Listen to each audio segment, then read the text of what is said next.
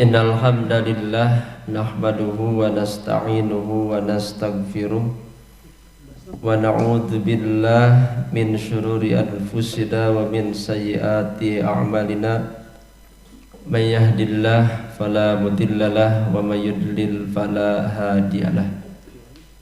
Asyhadu an la ilaha illallah wahdahu la syarikalah wa asyhadu anna Muhammadan abduhu wa rasuluh alladzi la nabiyya ba'da, amma ba'du. Hadirin ikhwatu iman, jamaah subuh yang dirahmati Allah Subhanahu wa taala. Subuh Sabtu kedua kajian kita tentang akidah Islam. Materi yang sedang kita bahas adalah al-iman bil malaikah, iman kepada malaikat. Kita akan melanjutkan bagian M, huruf M, yaitu apa saja amalan malaikat ketika bersama manusia. Yang sudah kita bahas baru satu, yaitu amal malaikat untuk seluruh manusia adalah membentuk nutfah, menjaga manusia, mengawasi seluruh manusia, dan juga mencabut ruh. Sekarang yang kita bahas bagaimana amalan malaikat terhadap orang-orang yang beriman, khusus kepada orang yang beriman. Apa saja amalan yang dilakukan oleh malaikat? Yang pertama, berdasarkan hadis riwayat Bukhari dan Muslim, malaikat mencintai orang-orang yang beriman. Berdasarkan hadis dari Abu Hurairah, Rasulullah sallallahu alaihi wasallam bersabda, "Idza ahabballahul 'abda", apabila Allah mencintai seorang hamba, nada Jibril, maka Allah memanggil Jibril. Innallaha yuhibbu fulan, sesungguhnya Allah mencintai kepada si fulan.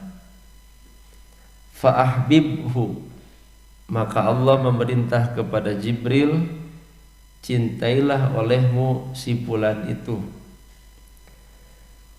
Fayuhibbuhu Jibril, maka Jibril mencintai. Fayunadi Jibril fi ahlis sama, kemudian Jibril memanggil penduduk langit. Kata Jibril, innallaha yuhibbu fulan, sesungguhnya Allah mencintai si fulan. Fa'ahibbuhu, kata Jibril, cintailah oleh kalian si fulan itu yang dicintai oleh Allah. Fayuhibbuhu ahlus sama, maka penduduk langit mencintainya. Penduduk langit itu siapa ya? Malaikat ya. Penduduk langit itu adalah malaikat. Tsumma yud'u lahul qabulu fil ardi, kemudian penerimaan cinta baginya disimpan di bumi. Jadi berdasarkan hadis ini bahwa Allah apabila cinta kepada seorang hamba, maka Jibril mengumumkan kepada seluruh malaikat penduduk langit supaya mereka mencintai kepada hamba itu. Berarti pertanyaannya bagi kita adalah, siapa hamba yang dicintai oleh Allah? Sahawa eta. Dalilnya nu mana? Coba dicari dalilnya nanti ya. Yang saya ingat saja, Quran banyak menyebutkan diawali dengan innallaha yuhibbu. Sesungguhnya Allah mencintai. Di antaranya yang saya tahu ya, sebagiannya innallaha yuhibbut tawwabin. Orang yang dicintai Allah adalah orang yang bertaubat. Maka ketika kita bertaubat, penduduk langit yaitu malaikat mencintai kita. Karena Allah mencintai kita, maka malaikat pun mencintai orang yang bertaubat itu.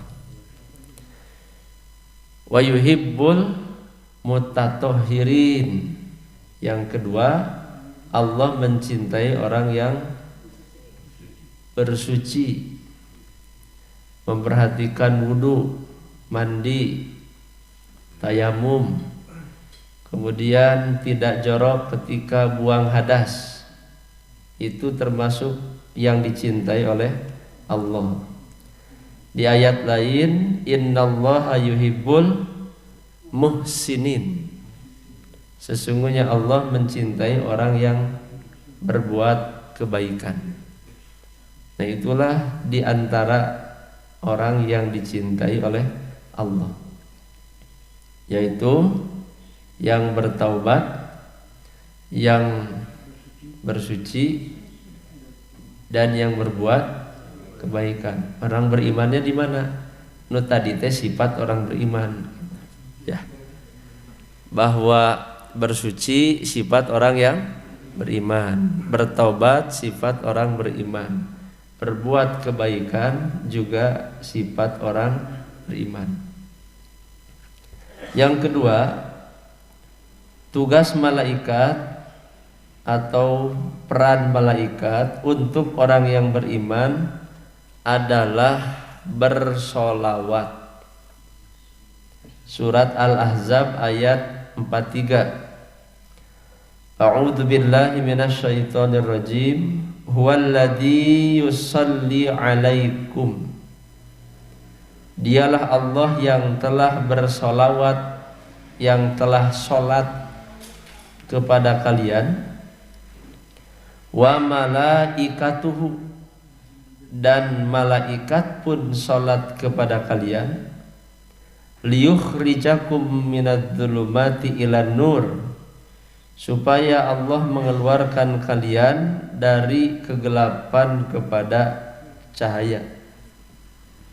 Jadi nuka dua, malaikat Allah dan malaikat sholat. Bedana naon? Kalau kita sholat tidak? Sholat.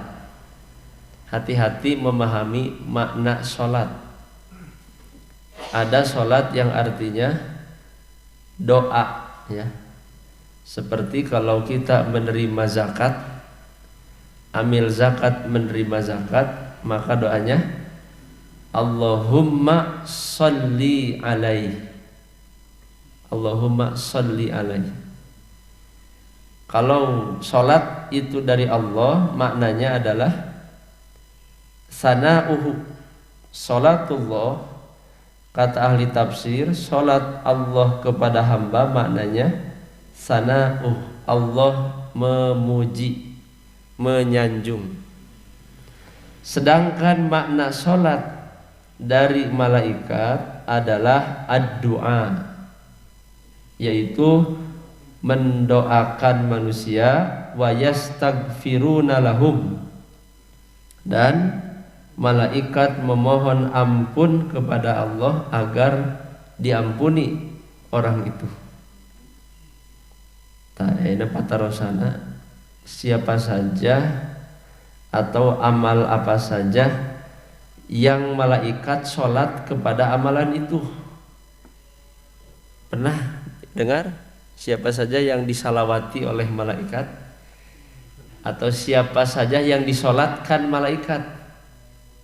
Berarti yang disolatkan malaikat itu malaikat berdoa untuk dia dan mohon kepada Allah agar dosanya diampuni. Siapa saja? Dalilnya tuh.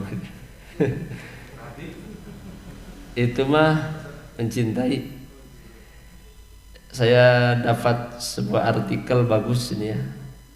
Jadi yang mendapatkan sholat dari malaikat satu adalah para guru yang mengajarkan kebaikan kepada manusia.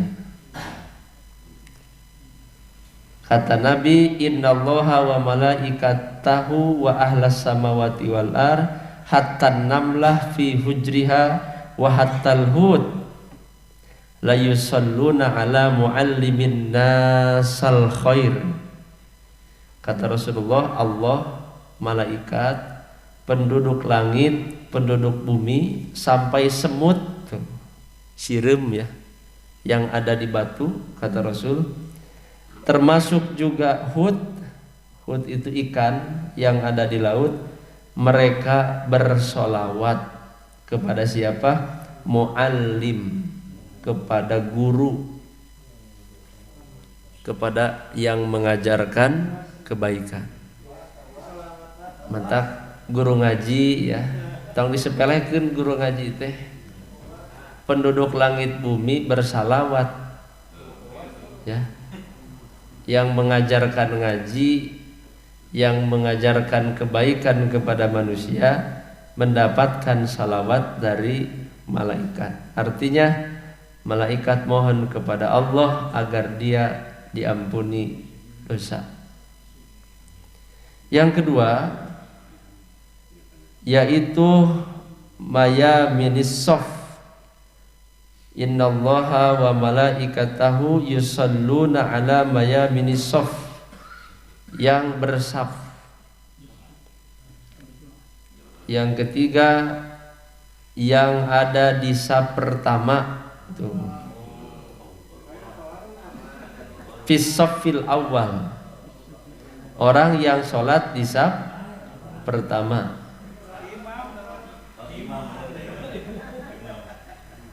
Kata Rasulullah, Allah dan malaikat bersalawat kepada yang di saf pertama.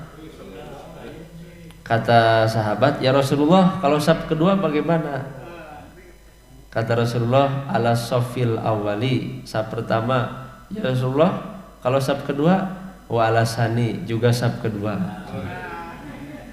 Jadi kepada yang bersaf, tentu safnya diluruskan ya, dan dirapatkan.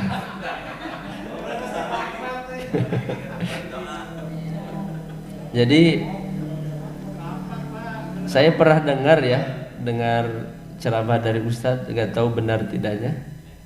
Kata beliau ya sholat tetap saja rapat gitu kalau bisa ya. Karena apa? Karena virus itu katanya, kata beliau, saya belum tahu ya, itu tidak menular ke pinggir katanya, tapi menular lewat depan, kata beliau begitu. Dan jaraknya 80 cm.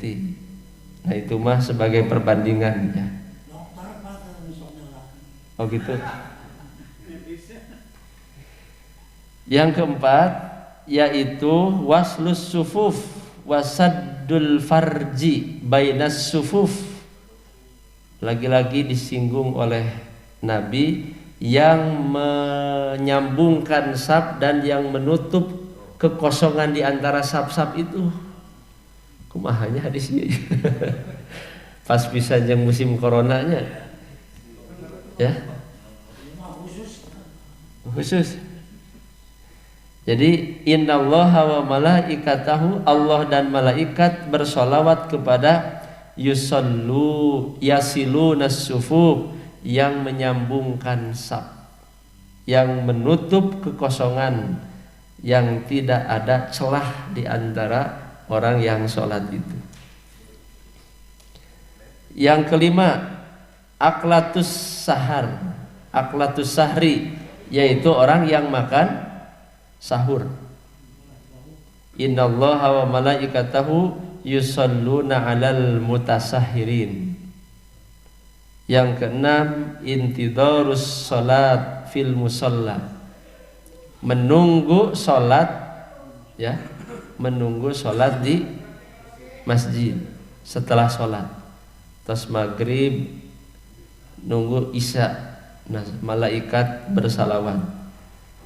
Yang ketujuh, iyadatul marid, menjenguk orang yang sakit. Yang kedelapan, bersalawat kepada Nabi. Ini ada yang mengatakan hadisnya sahih, ya, sahih mursal. Kemudian pertanyaannya bagi kita, seberapa penting sholawat malaikat kepada orang yang beriman? Pengaruhnya apa? Kalau orang beriman mendapatkan sholat dari malaikat, mendapatkan doa dari malaikat, mendapatkan istighfar dari malaikat, maka dengan salatnya malaikat itu, malaikat mendoakan agar manusia, agar orang beriman mendapatkan rahmat Allah, diampuni dosanya oleh Allah, dikeluarkan dari kegelapan menuju cahaya, dikeluarkan dari syirik menuju tauhid, dari dosa menjadi taat, dan meluruskan, ya, membimbing kepada jalan yang lurus. Itulah pentingnya sholat dari malaikat. Kemudian yang ketiga, tugas malaikat itu adalah mengamini orang-orang yang beriman, doa orang-orang yang beriman.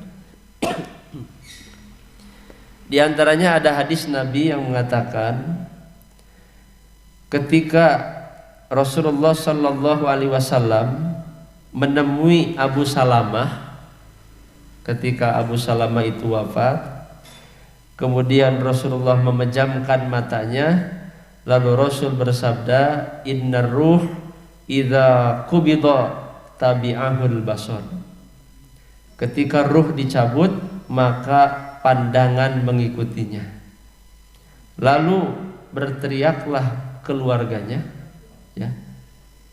Lalu Rasul mengatakan, la tad'u ala anfusikum illa bi khairin. Kalian jangan berdoa untuk diri kalian kecuali dengan kebaikan. Jadi lamun aya nu maot, ya, ketika ada yang meninggal, kita bukan hanya mendoakan yang meninggal, bukan hanya doa untuk yang meninggal, tapi doakan untuk diri sendiri. Itu kata Rasul. Kalau doa untuk yang meninggalnya apa? Innalillahi, itu istirja, kalimatut tauhid. Doanya apa? Yang kita minta kepada Allah untuk yang meninggal. Satu, Allahumma gfir lahu, ya Allah ampuni dosanya. Yang kedua, warfa' darajatahu, angkat derajatnya. Yang ketiga, wabsah lahu fi qabrihi, lapangkan di alam kuburnya. Yang keempat, wa nawwir lahu fihi, diberi cahaya di alam kuburnya. Yang kelima, wahlubhu fi akibih, dan ganti keturunannya dengan yang lebih baik. Itu doa ketika yang ada yang meninggal. Namun Allahumma firlahu warhamhu wa'afihi ma, etama di sholat jenazah, dibacanya di sholat jenazah. Kenapa harus berdoa untuk diri sendiri ketika ada kematian? Kata Rasulullah, fa innal malaikat yu'minuna ala ma taqulun. Sesungguhnya para malaikat mengaminkan apa yang kalian ucapkan itu. Termasuk ya yang diaminkan malaikat itu kalau kita mendoakan orang lain. Pernah dengar hadisnya ya? Kata Rasul, da'watul mar'i bi dhahril ghaib. Disebutnya mendoakan orang dari belakang. Maksudnya dari belakang itu orang yang kita doakan tidak tahu bahwa kita mendoakan. Maka kata Rasulullah, mustajabah, akan dikabulkan. Dan malaikat akan menjawab amin walaka bimislin. Kata malaikat, ya Allah kabulkan, semoga kamu pun seperti dia. Makanya kalau kita mendoakan kebaikan untuk orang lain, hakikatnya kita mendoakan diri sendiri. Saya pahami dari hadis ini, inilah cara Islam mencegah seseorang dari hasad, dari sifat iri. Upami orang ningali batur aya kamajuan gitunya, aya kelebihan, sok aya iri tara. Atau boleh iri, boleh dalam dua hal, tapi jangan salah iri. Iri ka jalma beunghar nu koret ulah nu kitu mah teu dianjurkeun. Iri itu kata Rasul kepada dua golongan. Satu, kepada ahli harta, banyak harta yang hartanya digunakan di jalan Allah untuk kebenaran. Irilah kepada orang itu. Yang kedua, kepada ahli Quran. Jadi lamun iri ka artis misalnya, tak salah itu. Batur mah kasep kumaha orang supaya bisa kasep, tidak boleh itu banyak. Ketika ada kebaikan yang Allah datangkan kepada orang lain, kita tidak perlu iri, doakan. Karena hakikatnya doa kita kepada orang lain itu kembali kepada kita. Itu kata hadis. Malaikat menjawab amin walaka bimisli. Makanya dalam hal berdoa ya, Islam mengajarkan doa itu jangan pelit. Bukan hanya untuk diri sendiri, doakan untuk diri sendiri, untuk keluarga, dan untuk orang lain. Itulah yang ketiga, bahwa malaikat akan mengaminkan doanya orang yang beriman. Yang keempat, malaikat akan selalu mendoakan kebaikan kepada orang yang beriman. Surat Ghafir ayat 7. Kata Allah, malaikat itu tugasnya yahmilunal arsy, memikul arsy, wa man haulahu, dan yang ada di sekelilingnya. Yang kedua, malaikat itu yusabbihun bihamdi rabbihim, selalu bertasbih, tidak pernah henti-hentinya tasbih malaikat itu. Yang ketiga, yu'minuna bih, selalu beriman kepada Allah. Malaikat tidak akan pernah membangkang perintah Allah. La ya'sunallah ma amarahum wa yaf'aluna ma yu'marun. Yang keempat, yastaghfirun, memohon ampun kepada Allah untuk orang yang beriman, yang isinya Rabbana wasi'ta kulla syai'in rahmatan wa ilman faghfir lil ladzina tabu. Ya Allah, ampunilah orang yang bertaubat, orang yang mengikuti jalanmu, dan jagalah mereka dari azab neraka yang menyala-nyala. Itulah yang keempat, malaikat selalu mendoakan kebaikan untuk orang beriman. Yang kelima, malaikat itu bertugas mencatat orang-orang muslim yang hadir pada hari Jumat. Nah, makanya Jumatnya tong kaberangan ya. Ieu mah Jumat teh kakarak datang pas adzan. Aduh, rugi itu ya. Kata Nabi, apabila hari Jumat, maka malaikat itu berdiri di depan pintu. Katingal itu yaktabunal awal, mencatat malaikat sahaya anu datang pertama ditulis ke malaikat. Fal awal, kemudian yang lebih awal.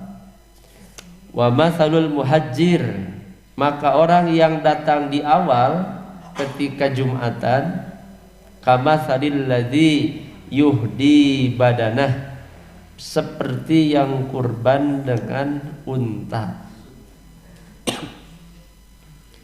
Summa kalladzi yuhdi baqarah, selanjutnya seperti kurban dengan sapi. Kemudian yang ketiganya domba, yang keempatnya ayam, yang kelima telur tuh. Jadi ayat tahapan itu ya. Unta, sapi, domba, ayam, telur. Itu qoblal adzan, sebelum adzan. Fa idza kharajal imam, ketika imam sudah keluar, berarti imam naik mimbar, maka malaikat tawau suhufahum, melipat catatannya. Rugi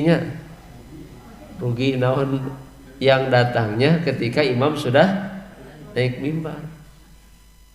Wa yastami'una dzikra, dan malaikat teu nguruskeun anu masbuk. Mereka malaikat itu menyimak tausiah ya. Mereka menyimak zikir, maksudnya menyimak khutbah imam. Kumaha teu nu kaberangan teu diuruskeun, nu ka pahalana naon tah ya. Itulah kerugian bagi yang datang Jumatnya masbuk ya.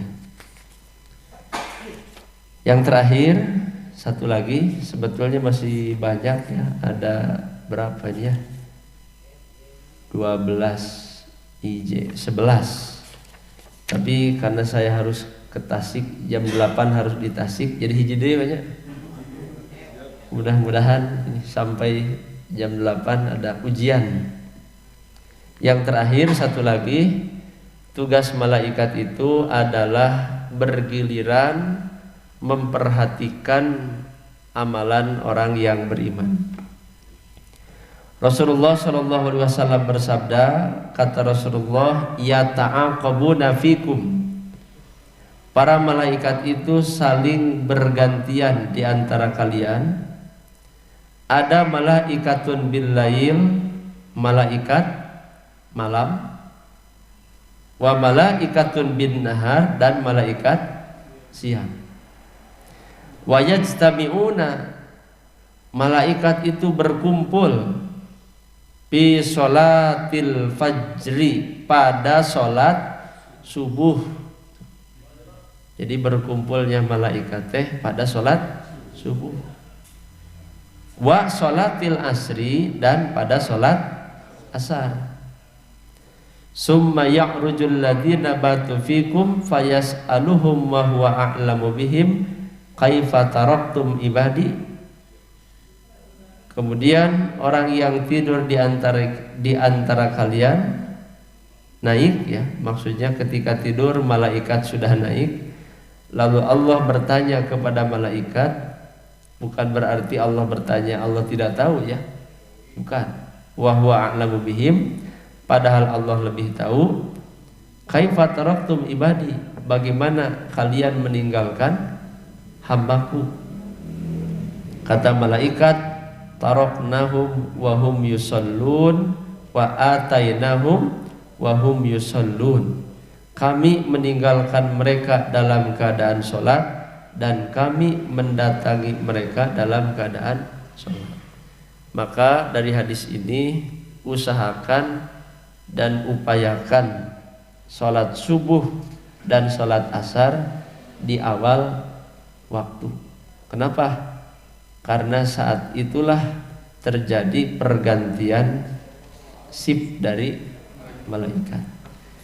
Nah, itu saja barangkali untuk sementara yang bisa kita bahas dari beberapa amalan malaikat. Kita simpulkan kembali di antara peran atau amal malaikat untuk yang beriman. Satu adalah mencintai orang yang beriman. Yang kedua, bersalawat kepada orang yang beriman itu.